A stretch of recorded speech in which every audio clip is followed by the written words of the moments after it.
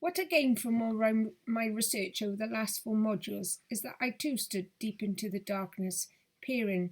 Long I stood there wondering, fearing, doubting, dreaming dreams no mortal ever dared to dream before.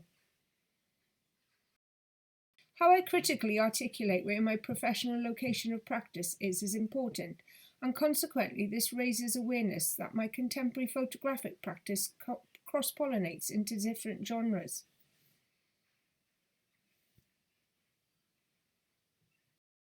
Previously, my work was based around the study of light illuminating the surfaces, long exposures and light pollution.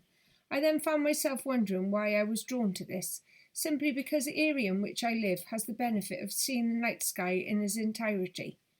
This raised questions as to how I would develop this further.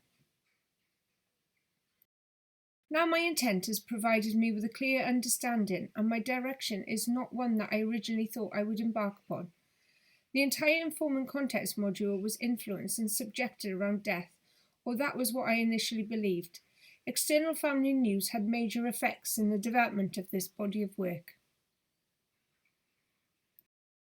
Driven by intuitive impulses aiming to transform arbitrary places into audacious and cinematic landscapes, caught between fact and fiction, I saw beauty in the mundane, therefore provoking a dark, romantic, familiar places connected to home, whilst creating an alternative reality.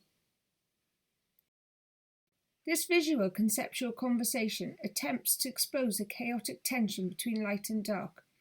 Could these inherent picturesque landscapes now create unfamiliar perspectives of a natural world in a single frame and make popular landscapes more than just pictorial? The landscape enables the opportunity to bring the vernacular to this body of work. I have invented post-apocalyptic cinematic scenes resembling bleak and uneasy appearance of familiar landscapes, which are nevertheless indescribably beautiful. My perspective is completely unfamiliar to our natural way of seeing. However, these destinations attract tourism and exhibit more than charming views visited by the preoccupied looking for beauty, in turn creating a metaphor of death. Death replicated so many times, leaving no space for ambiguity to further thought and feeling, no matter how many times you look, no matter how familiar. I open a door to personal fiction, inviting you into an imaginary world. Consequently, I acknowledge Barth's logic and his implication that the birth of the reader must be at the cost of the death of the author. These words resonate with me and inform my contextualization around photography. The birth of the reader enforces the just looking phase, and with so many expectations and dreams connected to how one reads the image. That being said, photographs bring to light a vision of the world, not the world itself. Each photograph is something new, something beyond what was there.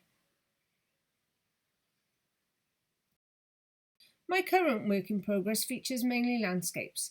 These images potentially can be disseminated in 2 ways, retail or as stock imagery. I like the idea that Nakahari produced work and placed it for everybody to view. His ability to originally think outside the box and transform photography into something other than pictures. My thoughts return to a project I developed based on the locations of 112 defibrillators. What if I placed my images in the places where the AEDs are located and made available for others to take?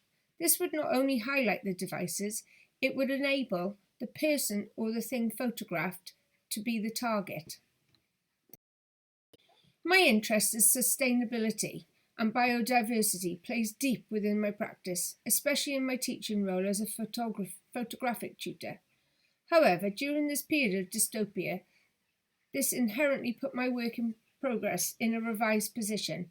I feel that my FMP would benefit working with local organisations in beautiful picturesque Wales.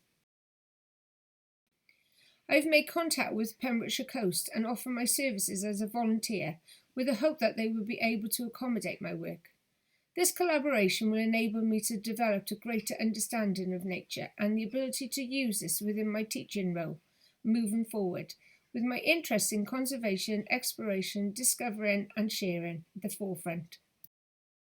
The images that I produce I am therefore offering to be used as promotional material, promoting the history, archaeology, habitats, geography and wildlife, whilst providing me with access and images to be used in my final major project and beyond.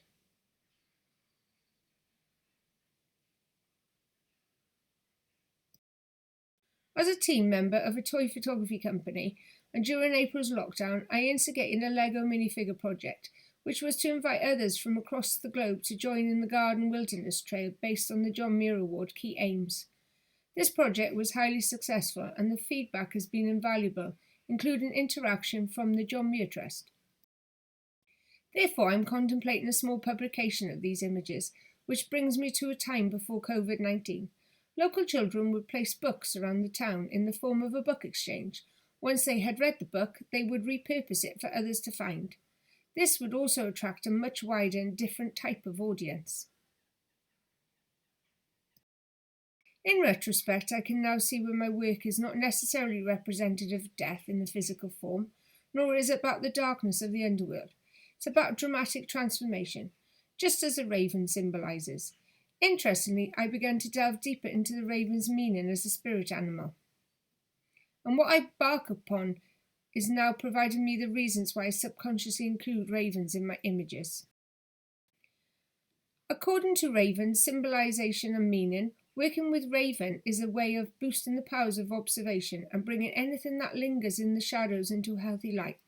Effectively, this animal spirit is one that precedes a kind of rebirth or renewal. The addition of the raven brings symbolic meaning and new perspectives that delve deep into the realms of my unconsciousness. Ravens have a very distinctive voice and a vast vocabulary. They remind me to stay true to my voice. As I continue on my journey, and needless to say now my work has developed into something quite different.